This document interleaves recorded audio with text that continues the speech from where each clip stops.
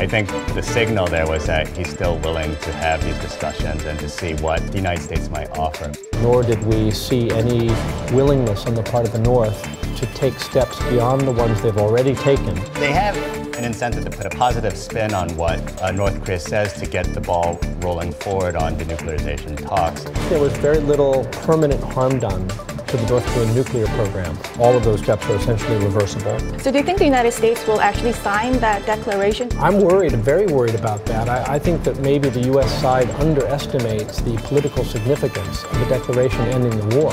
From the Voice of America, this is Washington Talk. Hello and welcome to Washington Talk. I'm Eun-jung Cho. South Korea sent a special delegation to the north to help reinvigorate the stalled denuclearization talks. But North Korean leader Kim Jong-un only reiterated his previous position, that he is willing to denuclearize, but it is the U.S.'s turn to make a concession and sign the end-of-war declaration. Today, we will discuss the results of the South Korean delegation's trip to Pyongyang.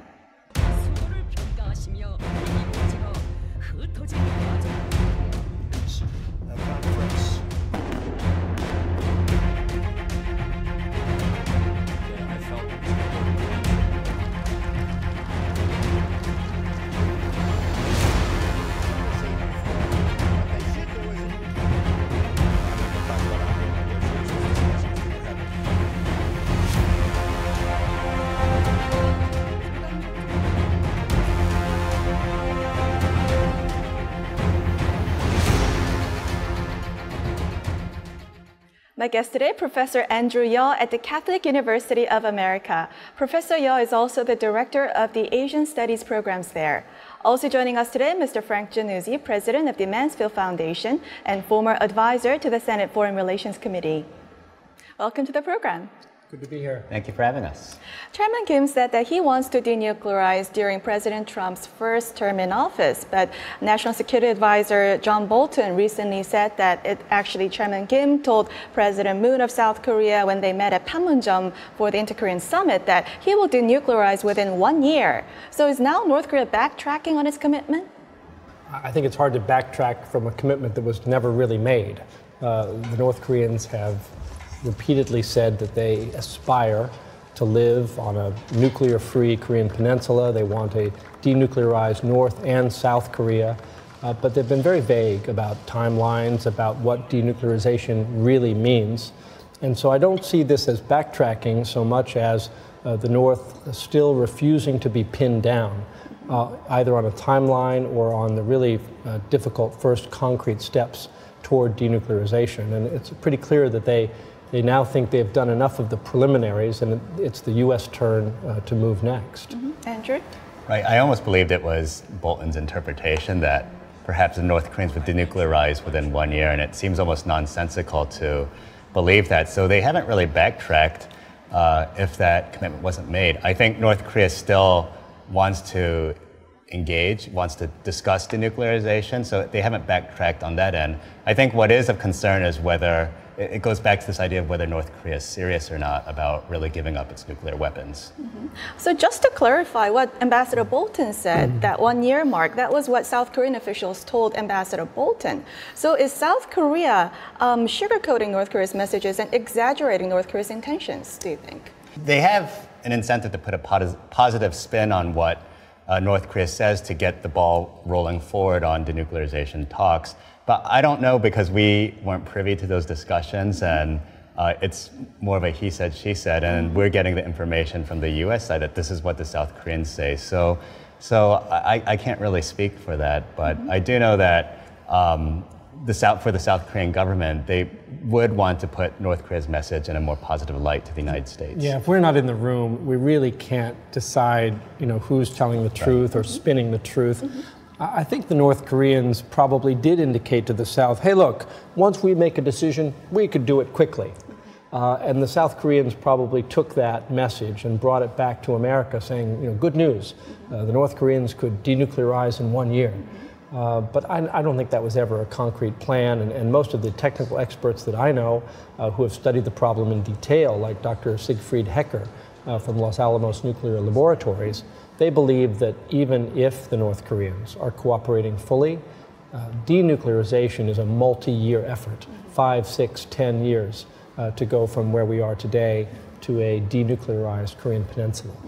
Yeah, I think that's an issue of a long debate, so we'll move on. But Chairman Kim's latest comments, did he indicate anything that he will go closer to the CVID, the US's goal?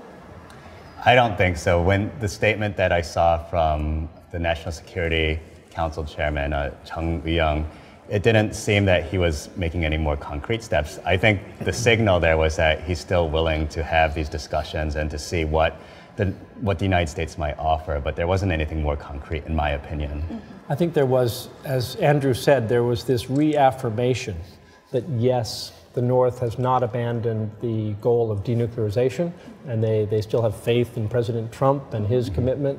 But no, I don't think we got much closer to a real definition, nor did we see any willingness on the part of the North to take steps beyond the ones they've already taken in terms of the missile freeze and the nuclear test freeze, the tunnel demolition at Pyongyang. Beyond those modest steps, I think the North is now waiting for the U.S. to make the next move. So those steps that you just mentioned, Frank, Chairman Kim complained that those steps are underappreciated. But in everybody's eyes, that didn't do anything to limit North Korea's ability, right? I think there was very little permanent harm done to the North Korean nuclear program from all of those steps. All of those steps are essentially reversible. None of them prevent the North from producing fissile material or producing more nuclear weapons. On the other hand, I don't want to try to say that those steps were meaningless. Every month that goes by where North Korea doesn't test a missile or a bomb is a good month. And it delays somewhat the advancement of their program. Chairman Kim said he will take more active steps if the United States takes reciprocal steps, meaning sign the end of war declaration. So do you think the United States will actually sign that declaration just because North Korea is pressuring the United States to do it? Well, I've said that there's still room for negotiation between the United States and North Korea about this declaration to end the war and also seeing more tangible steps made by North Korea on denuclearization. I don't know if this is still a sequencing issue and something that has to be discussed. But from what I'd heard, or at least reportedly, Secretary of State Pompeo was willing, or he was in these discussions before he decided not to take the trip. So there is some wiggle room, there's some negotiating room. The solution may be some kind of synchronicity, some form of a declaration simultaneous with some new additional concrete steps by the North toward denuclearization. I think diplomats might be able to find that common ground, but not easily. It's going to be very difficult to find that common ground. Don't we have concerns that North Korea will just get what it wants, the end of war declaration, and then not hold up on its end of the bargain of, doing more on denuclearization? Well, I'm worried, very worried about that. I think that maybe the U.S. side underestimates the political significance of a declaration ending the war. That would be a big win for Kim Jong-un. He could go back to his own people and say, look, I've done something my father and my grandfather could not do. I've ended the war on our terms. As a nuclear power, with the Americans and the South Koreans and the Chinese recognizing the legitimacy of our government and the end of the war. And it would be very hard for the United States after such a declaration to generate any international enthusiasm to reinstall harsh coercive measures on the North if they fail to denuclearize. So I hope the U.S. side is not underappreciating, just how significant an end-of-war declaration might be. It may be significant, but at the same time, I think it's one step. It's not a peace treaty, which is at a different level. I think the end-of-war declaration is more of a political gesture. So I may disagree here with Frank about the significance of this declaration. I think it's more of a sign to show that the United States is willing to move forward. This is something that the South Koreans want very much as well. So again, it is a declaration, but it's not a final peace treaty. I think the peace treaty, again, is just at a different level, and I don't foresee the United States signing that at all until we see complete denuclearization on the part of North Korea. Well, on the positive side, I mean, the declaration would strip the North of any excuse to maintain their nuclear weapons program. If the hostility is removed, then the justification for that program evaporates. Which is why I'm not opposed to if the U.S. were to put forth some sort of declaration. As Andrew has just said, South Korea really wants this too. So the talking points, South Korea and North Korea have same talking points when it comes to end of war declaration, saying that this will not weaken the U.S.-Korea alliance, that it doesn't mean the pullout of the U.S. troops. So how does United States feel about how South Korea is positioning itself between United States and North Korea? South Korea since early this year, really since January, has played this broker between North Korea and the United States. I mean, that's how we got to, one of the reasons of how we got to the June 12th Singapore summit.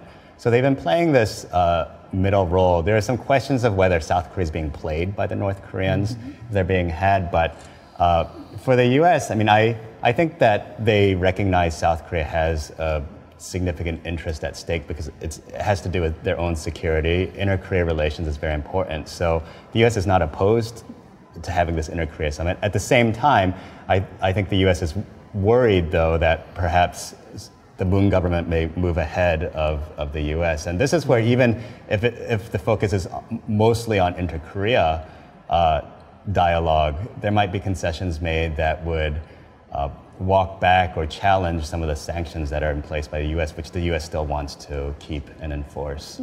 Last question before we go. I want both your opinions. So the upcoming round of inter-Korean summit, do you expect anything substantial in moving forward the denuclearization process? No, I don't. Not on denuclearization, but I think there will be progress on other maybe conventional security issues, and those would be most welcome, whether it's the West Sea or the DMZ and respect for the armistice. And I think we'll also see some progress on North-South political ties and the establishment of the liaison offices. So all of that is very fruitful, but it will not necessarily do much on the denuclearization issue. Right. I think it's going to help continue to reduce tensions between the two Koreas. And the Moon government, if they can bring up denuclearization, if they can somehow convince Kim Jong-un that you need to make more tangible steps, then we can try to see, we being the South Koreans, if we can try to get the United States to give some kind of concession on the declaration, then we might see some significant progress. But again, I'm a little bit more skeptical whether Kim Jong-un wants to talk about the nuclearization at this upcoming summit. Yeah, Kim Jong-un seems to want to talk with the United States when it comes to denuclearization. We'll end it here and watch video for our next topic.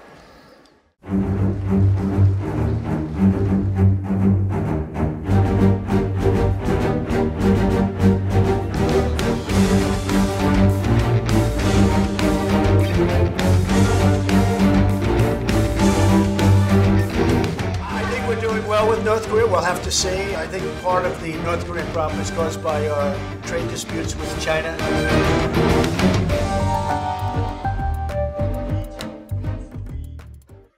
China's third-ranking official Lee Jansu is attending North Korea's 70th anniversary celebrations. There were speculations President Xi Jinping might attend the celebrations himself, making him the first Chinese leader to visit Pyongyang since 2005. So why is President Xi sending a high-level official and not going himself? I think China doesn't want to get too far out front of the international community on normalization with North Korea. For all of the efforts over the last 9 months for Kim Jong-un to sort of normalize his dialogue channels with China, South Korea, and the United States, we're still talking about a country that is under severe UN sanction, still pursuing nuclear weapons, still really a pariah state in many ways. And I think Xi Jinping doesn't want to lend his credibility directly to that leader at this time. Andrew, does this decision have anything to do with the ongoing trade war between the United States and China? I don't think so. In my opinion, I think China is just looking after its own interests and looking at the timing of the inter-Korea summits and the international negotiations, or hopeful negotiations that might take place. And as Frank says, I think it's just biding its time. It doesn't really have anything directly to do with the trade wars between the U.S. and China. President Trump many times said that China is behind North Korea not being so cooperative in denuclearization. So was President Xi concerned that if he goes to Pyongyang this time, this may upset President Trump even more? I think he's really thinking about China's own role in Northeast Asia. And for him, he might be compartmentalizing the issue between trade and North Korea. That's not how the U.S. is doing it, or at least Trump. He's trying to link the two things, but I'm not sure that's the strategy that China is taking. I think Andrew's onto something here, because that idea that the Chinese could compartmentalize their cooperation with the United States and North Korea and keep it pretty separate from the trade tension between the U.S. and China, that's very credible to me. The Chinese bureaucracy, the Chinese government is pretty good at compartmentalization, but I'm not sure that the reverse is true. I think Xi Jinping is perfectly capable of separating those issues. Now, Mr. Lee is the most senior Chinese official to visit North Korea since Kim Jong-un assumed power. So what can we read from this? Well, I do think that the Chinese have been steadily improving their relations with North Korea over the last 9 months, really since the tensions reached a high point just at the turn of the year. And so the Chinese, on the one hand, are looking for economic, political, and security influence over the North, and they are affirming their special relationship. But on the other hand, they're holding back just a little bit because of their frustration with the North's nuclear program and their desire to demonstrate to the world that they are willing to still be a team player and keep some pressure. So it's a balancing act. Right. I don't think Xi Jinping wants to be seen sitting right next to Kim Jong-un at this event, but by sending Lee, it does send a message to the world that we are still supporting, or we're a benefactor of North Korea. Right, Andrew, we're in this stalemate in denuclearization talks. So is there any constructive role that Mr. Lee can play while he's in Pyongyang? He's there really to celebrate the 70th anniversary of the founding of the North Korean state. So I don't think he's really going to spend a lot of time talking about denuclearization. It may come up, but I don't really have that expectation for China to play some kind of brokering role here to get negotiations jump-started again. It's hard to know, but I have a slightly different spin on it. I mean, I think it's possible that Lee may have some pretty intense, quiet, high-level talks during his visit. And I think the Chinese have an appreciation that Donald Trump is under a lot of heat here in Washington, that everything could change after November, and that if the North Koreans don't lock in some progress between now and the beginning of the year, the next year, things could get really difficult really quickly. So while Andrew may well be right about the real purpose of this visit is more bilateral, I think there's also the possibility that the Chinese will really lean on the North and say, look, trust us, we understand American politics, you have 4 months to make progress. Last question. So is denuclearization high on China's agenda when it comes to the Korean Peninsula? Well, it's below stability, but it's probably second after stability. Yeah, China certainly does not want to see a nuclear North Korea because that actually contributes to instability. But then I think China wants to reap other benefits that they can. For instance, the U.S. presence on the Korean Peninsula, that might be something that you can link to denuclearization.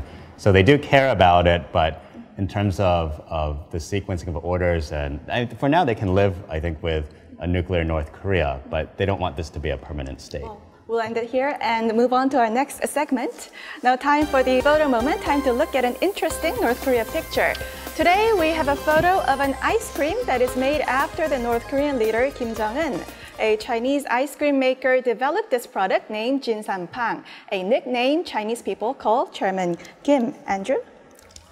It's kind of goofy, and I'm concerned how North Koreans would take a popsicle.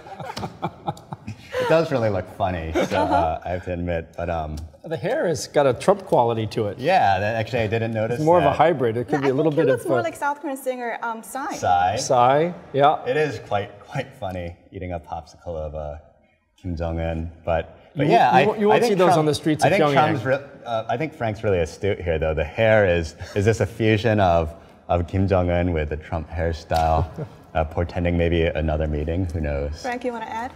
Oh, I think Andrew said it all. I want to know who has the franchise rights for this in the United States. A Chinese maker. Well, that's all the time we have for today. Frank, Andrew, thank you for joining us. Thank you. Thank you. Thank you. And this was Washington Talk from the Voice of America, and I'm Eunjang Cho. Thank you for watching.